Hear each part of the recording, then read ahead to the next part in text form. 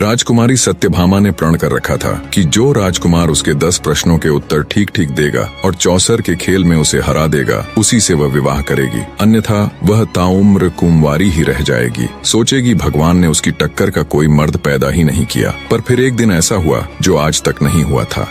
मेदिनीपुर शहर के राजा वज्रसेन की पुत्री सत्यभामा अपनी सुंदरता के लिए देश प्रदेश में प्रसिद्ध थी। राजकुमारी सत्यभामा इतनी सुंदर थी कि स्वर्ग की अप्सराएं भी उसके सामने फीकी लगे। जब वो महल के गलियारों से गुजरती तो उनकी रेशमी चुनरी का हल्का स्पर्श तक हवा में सुगंध घोल देता। भगवान ने राजकुमारी सत्यभामा को सौंदर्य के साथ अपार बुद्धिमत्ता का गुण भी दिया था। रानी केवल रूप की रानी नहीं बल्कि गुणों की अद्वितीय प्रतिमूर्ति भी थी। अब जहाँ इतना सब होता है वहाँ घमंड और अहंकार का निवास ना हो, ऐसा तो संभव ही नहीं। राजकुमारी सत्यभामा ने प्रण कर रखा था कि जो राजकुमार उसके 10 प्रश्नों के उत्तर ठीक ठीक देगा और चौसर के खेल में उसे हरा देगा, उसी से वह विवाह करेगी, अन्यथा वह ताउम्र कुंवारी ही रह जाएगी। और अंततः इस सोच में संतोष पालेगी कि उस ऊपर वाले ने उसकी बराबरी का पुरुष बनाया ही नहीं, समस्त संसार में उसके योग्य कोई पुरुष पैदा ही नहीं हुआ। राजकुमारी सत्यभामा का एक और नियम था कि जो राजकुमार उसके प्रश्नों के उत्तर नहीं दे पाएगा वो कभी बाहर भी नहीं जा पाएगा, उसे उसका कैदी बनकर आजीवन कारावास भोगना होगा। वो नहीं चाहती थी कि कोई ऐरा गैरा राजकुमार सिर्फ उसकी सुंदरता को निहारने के लिए ऐसे ही मुंह उठाकर उसके समक्ष आ जाए और असफल होने पर बाहर उसकी सुंदरता का गुणगान करता फिरे। राजकुमारी सत्यभामा का मानना था जिस पुरुष ने उसे एक बार देख लिया वो या तो उसका पति होगा या फिर ताउम्र के लिए उसका कैदी। इतने सख्त नियमों के बावजूद कई राजकुमारों ने खुद को बुद्धिजीवी मानते हुए राजकुमारी की परीक्षा में भाग लिया और फलस्वरूप वे सभी उसके कैदी बनकर रह गए। पर फिर एक दिन ऐसा हुआ जो आज तक नहीं हुआ था। एक राजकुमार किसी तरह उसके कैद खाने से निकलकर भागने में सफल हो गया। वह जंगल में इधर उधर भटकने लगा और भटकते हुए बुदबुदाने लगा, हे मालिक, या तो मुझको उठा ले या राजकुमारी सत्यभामा के दर्शन करा दे। नहीं चाहिए मुझे ऐसी जिंदगी जिसमें वो न हो। राजकुमारी के विरह में वो व्याकुल होकर मारा मारा फिर रहा था। एक दिन वह चंद्रावती नामक नगर के बाहर जा पहुंचा। उसी समय राजा वीरसेन भी शिकार खेलता हुआ उधर आ निकला। राजकुमार उस समय भी वहीं बातें बुदबुदाते हुए विलाप सा कर रहा था। उसके विरह भरे शब्द सुनकर राजा वीरसेन उसके पास आया और उसकी दुर्दशा देखकर पूछने लगा, तुम पर ऐसी क्या विपत्ति आ पड़ी है जो तुम इतने व्याकुल हो रहे हो? राजकुमार बोला, मुझसे मेरा हाल ना पूछो, मेरे प्राण निकलने वाले हैं। मुझे तो बस अब हर जगह वो नजर आती है। राजकुमार की बात सुनकर राजा ने जान लिया कि यह युवक किसी स्त्री का आशिक हो गया है। वह राजकुमार को धीरज बंधाकर बोला, मित्र, अपने हृदय की सारी व्यथा मुझसे कहो, मैं तुम्हारे मन की इच्छा पूरी करने की कोशिश करूंगा। राजा वीरसेन की बातें सुनकर राजकुमार ने राजा को अपने विषय में सब कुछ बता दिया। सारी बात सुन राजा वीरसेन बोला, घबराओ नहीं मित्र, मैं तुम्हारा समाधान अवश्य करूंगा, और उसे अपने साथ राजमहल ले गया। कहानी में आगे बढ़ने से पहले आप सबको राजा वीरसेन के बारे में बताता चलूं। राजा वीरसेन चंद्रावती नगर के बहुत ही दयालु और प्रतापी राजा थे। वे गुरु गोरखनाथ के शिष्य थे। एक समय में गुरु गोरखनाथ की बड़ी सेवा की थी। राजा की सेवा से प्रसन्न हो गुरु गोरखनाथ ने उन्हें एक बोलने वाला हीरामन नाम का तोता दिया था। वह तोता बड़ा विद्वान था। राजा वीरसेन तोते से पूछे बिना कोई भी कार्य नहीं करता था। राजा वीरसेन ने राजकुमार को ले जाकर महल में ठहराया तथा स्वयं तोते के पास आकर राजकुमार का सारा हाल कह सुनाया। तोते ने राजकुमार को अपने पास बुलाकर कहा, हे मित्र, तुम उस स्त्री के चक्कर में पड़कर क्यों अपने प्राण गंवाते हो? उसमें रूप की केवल ऊपरी चमक है, भीतर से वह विष की बूटी है। गनीमत यही है कि आप वहाँ से भागने में सफल हो गए, और अगर फिर भी तुम्हारा दिल नहीं मान रहा तो मेरी ये कथा सुनो। वर्धमान नगर में एक पठान रहता था। उसकी स्त्री बड़ी ही सुंदर तथा रूपवान थी, लेकिन वह चरित्रहीन थी। उस स्त्री का एक बेटा था। स्त्री की गांव के ही एक चंडाल व्यक्ति भैरव से यारी थी। जब पठान मजदूरी करने जाता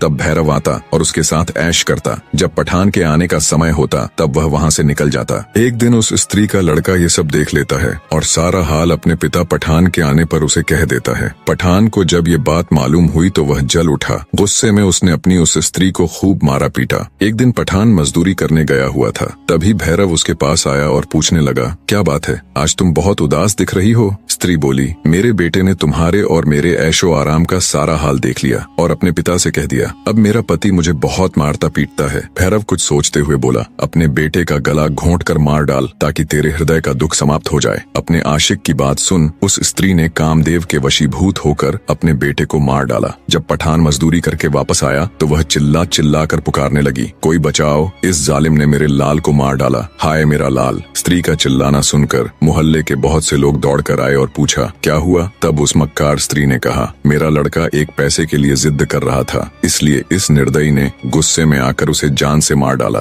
यह बात सुनकर चौकीदार दोनों को राजा के पास ले गया। औरत ने राजा के समक्ष भी यही बात कही। राजा ने पूछा, उस समय का कोई प्रत्यक्षदर्शी या गवाह था जिसने ये सब देखा हो? उस स्त्री ने कहा, महाराज, फला फला एक भैरव नाम का व्यक्ति वहाँ खड़ा था। राजा ने भैरव को बुलाकर पूछा तो उसने अपनी प्रेमिका के कहे अनुसार गवाही दे दी, जिसे सुनकर राजा ने पठान को फांसी दे दी। इतनी कहानी कहकर हीरामन तोता बोला, ऐ राजकुमार, औरत जात का कोई भरोसा नहीं, आप किस्मत वाले हैं जो आपको राजकुमारी सत्यभामा के महल से भागने का मौका मिला। फिर से अपनी गर्दन मत फंसाओ। राजकुमार बोला, हे हीरामन तोते, चाहे मेरे प्राण ही चले जाएं, किंतु एक बार के लिए ही सही, पर राजकुमारी सत्यभामा मुझे मिल जाए बस। यह कहकर वह लंबी सांसें भरने लगा। उसकी यह दशा देखकर राजा वीरसेन ने कहा, हे हीरामन, जब तक इसको वह स्त्री नहीं मिलेगी तब तक इसका दुख दूर न होगा और मेरा भी खाना पीना हराम है। मैं खुद वहाँ जाऊंगा और राजकुमारी सत्यभामा के 10 सवालों का जवाब देने की कोशिश करूंगा। राजा रानी के 10 प्रश्नों के उत्तर देने के लिए मेदिनीपुर जाने की तैयारी करने लगा। तब उसका समझदार तोता बोला, रुकिए महाराज,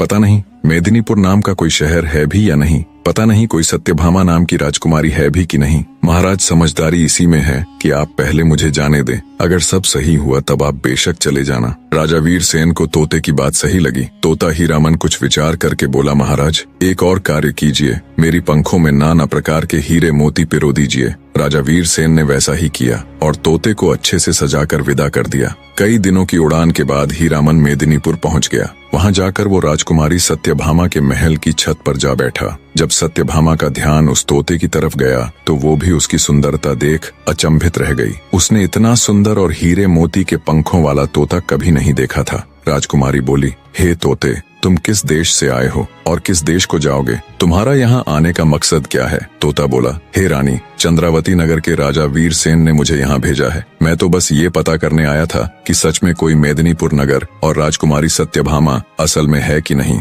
पर हे रानी, मैं तुमसे एक बात पूछना चाहता हूँ, सच बताना, तुम इतनी उदास क्यों हो? ऐसे क्या पाप किए हैं तुमने? तोते की बात सुनकर राजकुमारी सत्यभामा हैरान रह गई।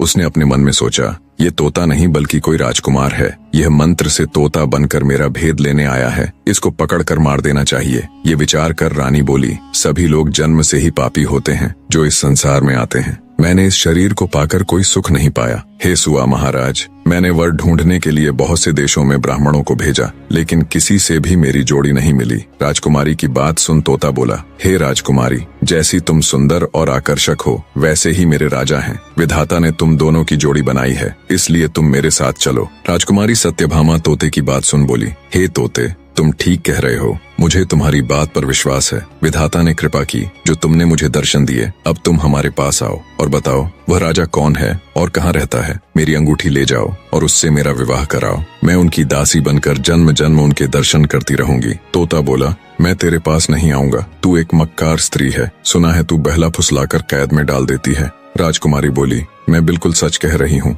मैं तुम्हारे साथ चलने को तैयार हूँ, वो ऊपर वाला साक्षी है। तुम मेरे पास आ जाओ, मैं तुम्हारी मेहमान नवाजी करूंगी। तुम मुझसे क्यों डर रहे हो? मुझे दासी बनाकर अपने साथ ले चलना। राजकुमारी के वचन सुनकर तोते को विश्वास हो गया। वो उड़कर उसके पास चला गया। राजकुमारी ने तुरंत उस तोते को पकड़ लिया और कपट्टी मुस्कान के साथ बोली, हे दासी, जल्दी से छुरी लाओ और इसका सिर काट दो। ये कोई तोता नहीं है, ये तो कोई बड़ा पापी है जो मंत्र तंत्र करके मेरा भेद जानने आया है। तोता अब पछता रहा था कि क्यों उसने राजकुमारी का विश्वास किया। वो बचने की युक्ति सोचने लगा। राजकुमारी के जाल में फंसे तोते को जान के लाले पड़ गए। सोचा, अच्छा भला सब कुछ देख तो लिया था, फिर क्यों खामखां राजकुमारी से फालतू के सवाल जवाब में उलझा। सीधा जाकर राजा को बता देना था, आगे वो जाने या ये राजकुमारी। खामखां पंगे में पैर फंसा दिया। सोचा अब जल्दी से कोई तरकीब लगानी पड़ेगी, नहीं तो ये चंडाल रानी मुझे जीवित नहीं छोड़ेगी। तोता बोला, हे रानी, मेरा नाम हीरामन तोता है, मैं कोई बहरूपिया नहीं हूँ, बल्कि यही मेरा असली रूप है। अगर तुम मुझे छोड़ दोगी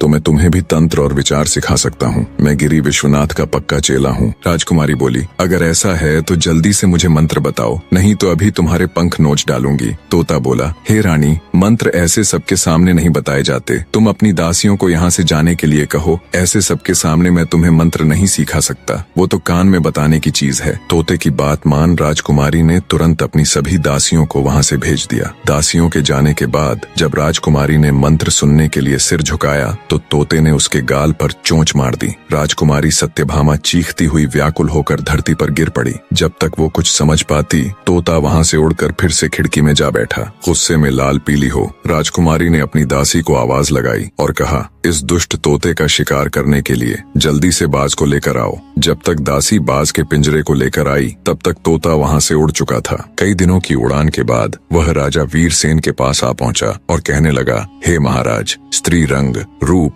यौवन में देखने योग्य है। राजकुमार की बात बिल्कुल सत्य है कि कोई उसे एक बार देख ले तो वो उसके मोह को कदापि नहीं छोड़ सकता। परंतु महाराज, उसका स्वभाव खोटा निकला। पहले उसने मुझे पुचकार कर अपने पास बुलाकर पकड़ लिया और फिर मुझे मारने को आतुर हुई। बस गुरु गोरखनाथ की कृपा से बड़ी मुश्किल से किसी तरह प्राण बचाकर भागा हूँ। तोते की सारी बात सुन राजा वीरसेन उसको शाबाशी देता हुआ कहता है, हीरामन, तुमने बहुत अच्छा किया। अब तुम चिंता मत करो, मैं खुद उस राजकुमारी से निपट लूंगा। अगले दिन राजा ने हथियार बांधे, तोते को हाथ में लिया और घोड़े पर सवार होकर राजकुमारी सत्यभामा के नगर की तरफ चल पड़ा। कुछ ही दिन की यात्रा के बाद राजा वीरसेन मेदिनीपुर शहर पहुंच गया। वहां पहुंचकर उसने पहरेदारों से राजकुमारी को खबर करने के लिए कहा। जब दासियों ने राजकुमारी को राजा वीरसेन के आने का समाचार दिया तब सत्यभामा ने कहा, क्या वो मेरी सब शर्तों से भली भांति परिचित है? अगर है तो उन्हें आदर पूर्वक अतिथि घर में ठहरा दो। सेवादारों ने राजकुमारी के कहे अनुसार राजा को जलपान कराकर ठहरा दिया। रात हुई तो रानी सज स्वर कर बैठ गई और सिपाहियों को आदेश दे राजा वीरसेन को अपने सम्मुख बुलवा लिया। राजा वीरसेन राजकुमारी सत्यभामा के सामने बैठ गया। राजकुमारी बोली, अगर आपने मेरे 10 सवालों के जवाब ठीक से दिए और मुझे चौसर के खेल में हरा दिया तो मैं आपकी हो जाऊंगी। अगर ऐसा नहीं कर पाए तो आपको सदा के लिए मेरा कैदी बनना पड़ेगा। राजा बोला, अपने प्रश्न शुरू करो राजकुमारी, मैं तैयार हूँ। राजकुमारी बोली, ठीक है तो बताओ राजन, कौन सा तालाब बिना पानी के होता है? कौन सा पेड़ बिना डाल के होता है? कौन सा पक्षी बिना पंख के होता है? और कौन सी मौत बिना समय के होती है? राजा वीरसेन ने गुरु गोरखनाथ का ध्यान करते हुए जवाब देने शुरू किए। सुनो राजकुमारी, आंखें हैं जो बिना पानी का तालाब है, मौत है जो बिना डाल का पेड़ है, जीव है जो बिना पंख का पक्षी है जिसका कोई भरोसा नहीं कब उड़ जाए, और नींद है जो बिना समय की मौत है। राजकुमारी ने दूसरा प्रश्न किया, कौन तपस्वी है जो नित्य तपस्या करता है? कौन है जो रोज सुबह उठकर स्नान करता है? कौन है जो सब रस उगलता है और कौन है जो सब रस खाता है? राजा बोला, सूर्य ऐसा तपस्वी है जो नित्य तपस्या करता है। ब्राह्मण रोज सुबह उठकर स्नान करता है। इंद्र राजा वर्षा के रूप में सब रस उगलते हैं, और धरती है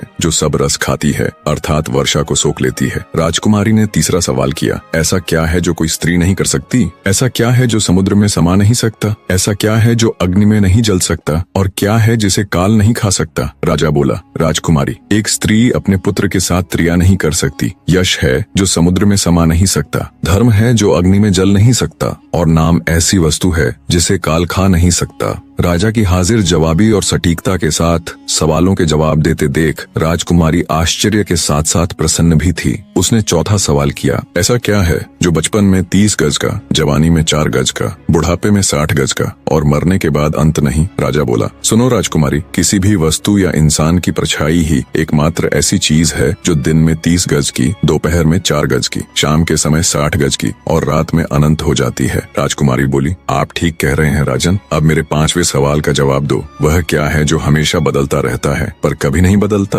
राजा वीरसेन बोला, राजकुमारी, वह है परिवर्तन का नियम। संसार में सब कुछ बदलता रहता है लेकिन यह सत्य कभी नहीं बदलता कि परिवर्तन ही संसार का नियम है। जो इसे समझ लेता है वह जीवन के उतार चढ़ाव में शांति पाता है। राजा वीरसेन के जवाबों से अब तक पूरी तरह संतुष्ट राजकुमारी सत्यभामा कहती है, बहुत खूब राजन, अब मेरे 6ठे प्रश्न का जवाब दीजिए। अगर हर चीज पहले से तय है यानी हमारा भाग्य, तो फिर कर्म करने की क्या जरूरत है? 6ठे सवाल का जवाब देते हुए राजा वीरसेन बोला, भाग्य और कर्म दोनों साथ साथ चलते हैं। भाग्य हमारे पूर्व जन्म के कर्मों का फल है, लेकिन वर्तमान कर्म से हम अपने भविष्य को बदल सकते हैं। यदि कोई किसान अपने खेत में कुछ भी न बोए और कहे कि जो भाग्य में होगा वही होगा, तो क्या उसे अन्न मिलेगा? नहीं, उसे मेहनत करनी होगी, बीज बोने होंगे, पानी देना होगा, तभी फसल आएगी। इसी तरह कर्म हमारा प्रयास है और भाग्य उसका परिणाम। राजा की एक बार फिर से सराहना करते हुए राजकुमारी सत्यभामा ने अपना 7वां प्रश्न किया। मनुष्य को इस संसार में सबसे बड़ा धोखा कौन देता है? राजा वीरसेन बोला,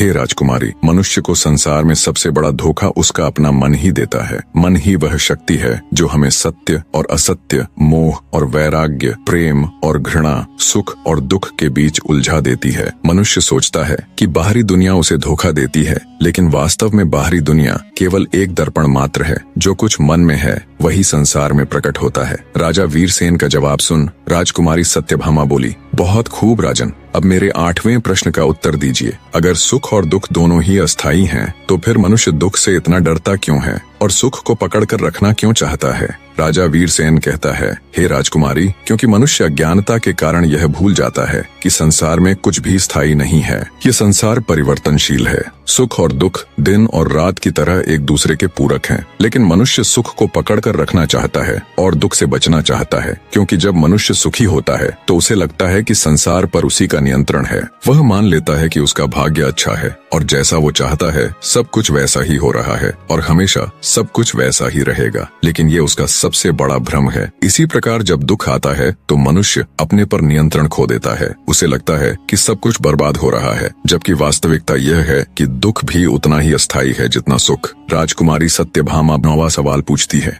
हे राजन, क्या यह संसार हकीकत है या केवल एक भ्रम है? राजा वीरसेन बोला, सुनो राजकुमारी, ये संसार अस्थायी है, इसलिए इसे पूर्ण रूप से वास्तविक नहीं कहा जा सकता। जो चीज स्थायी नहीं होती वह भ्रम होती है। उपनिषदों में कहा गया है, ब्रह्म सत्यम जगन मिथ्या, अर्थात ब्रह्म सत्य है, यह संसार माया है। हे राजकुमारी, हम जो भी देखते हैं वह केवल 5 इंद्रियों तक सीमित है। जब हम सपना देखते हैं तो वह हमें पूरी तरह वास्तविक लगता है, लेकिन जागने के बाद वह केवल एक भ्रम होता है। इसी प्रकार यह संसार भी जागृत अवस्था का एक सपना मात्र है। सत्य वही है जो कभी नष्ट नहीं होता और वह केवल आत्मा और परमात्मा है। राजा का जवाब सुन राजकुमारी सत्यभामा बोली, हे राजन, अगर आत्मा और परमात्मा ही सत्य है तो मनुष्य को जन्म से पहले और मृत्यु के बाद का कुछ भी याद क्यों नहीं रहता? राजा वीरसेन राजकुमारी सत्यभामा के 10वें यानी आखिरी सवाल का जवाब देता हुआ बोला, हे राजकुमारी, क्योंकि प्रकृति ने हमें भूलने का वरदान दिया है ताकि हम अपने पिछले जन्मों के बंधनों से मुक्त होकर नए अनुभवों को जी सकें।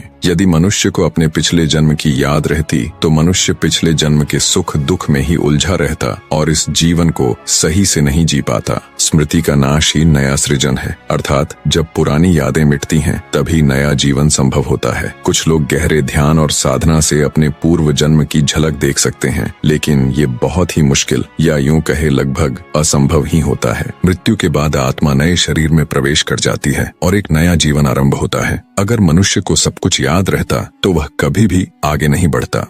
राजा ने राजकुमारी सत्यभामा के 10 प्रश्नों के उत्तर सही सही दे दिए। यह देखकर राजकुमारी सत्यभामा बहुत प्रसन्न हुई। उसने कुर्सी से खड़े होकर राजा का अभिवादन किया और बोली, मान गए राजन, आप वाकई में बहुत बुद्धिमान हो, पर अभी मेरी सभी शर्तें पूरी नहीं हुई। अब आपको मुझे चौसर के खेल में हराना होगा राजन। राजा वीरसेन खुद चौसर का एक अच्छा खिलाड़ी था। बोला, ठीक है राजकुमारी, आपकी ये शर्त भी पूरी करने की कोशिश करूंगा। राजा वीरसेन और राजकुमारी सत्यभामा के बीच चौसर का खेल शुरू हो जाता है। अंततः राजा ने राजकुमारी को चौसर में भी हरा दिया। यह सब देख राजकुमारी सत्यभामा अपने पिता के पास गई और सारा हाल उन्हें कह सुनाया। राजा वज्रसेन यह सुनकर अति प्रसन्न हुआ। उसने मंत्री को भेजकर राजा वीरसेन को बुलाया और बड़े आदर सत्कार से बैठाया। वीरसेन ने कहा, महाराज, मैंने आपकी बेटी के सभी प्रश्नों के उत्तर दे दिए और उसे चौसर में भी हरा दिया। अब आप अपनी बेटी को मेरे साथ भेज दीजिए। तब राजा वज्रसेन ने कहा, मैं कोई शुभ घड़ी देखकर अपनी बेटी का विवाह करके आपके साथ भेज दूंगा। तब राजा वीरसेन बोला,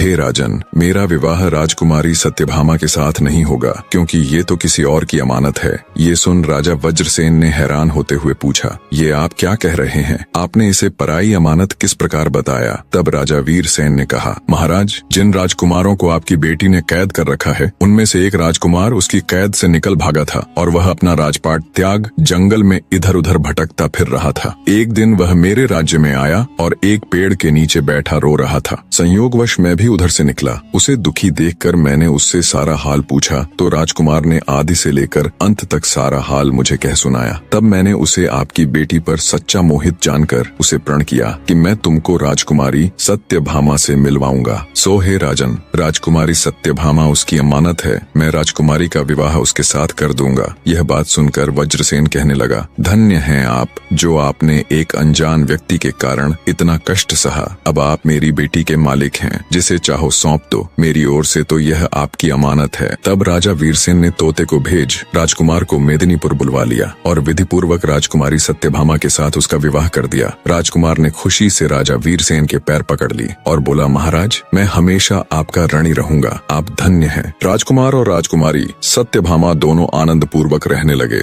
राजा वीरसेन ने राजा वज्रसेन से विदा ली और अपने तोते के साथ अपने देश चला गया। निष्कर्ष, राजा वीरसेन और राजकुमारी सत्यभामा के बीच का संवाद हमें यह सिखाता है कि जीवन में सुख और दुख, दिन और रात, प्यार और घृणा जैसी चीजें एक दूसरे के पूरक हैं। जो आज है वो कल नहीं होगा, चाहे दुख हो या सुख। यदि हम इन बदलावों को समझकर शांतिपूर्वक स्वीकार कर लें तो हमारे जीवन की यात्रा आसान हो जाती है और हम खुशी से जीवन व्यतीत कर सकेंगे।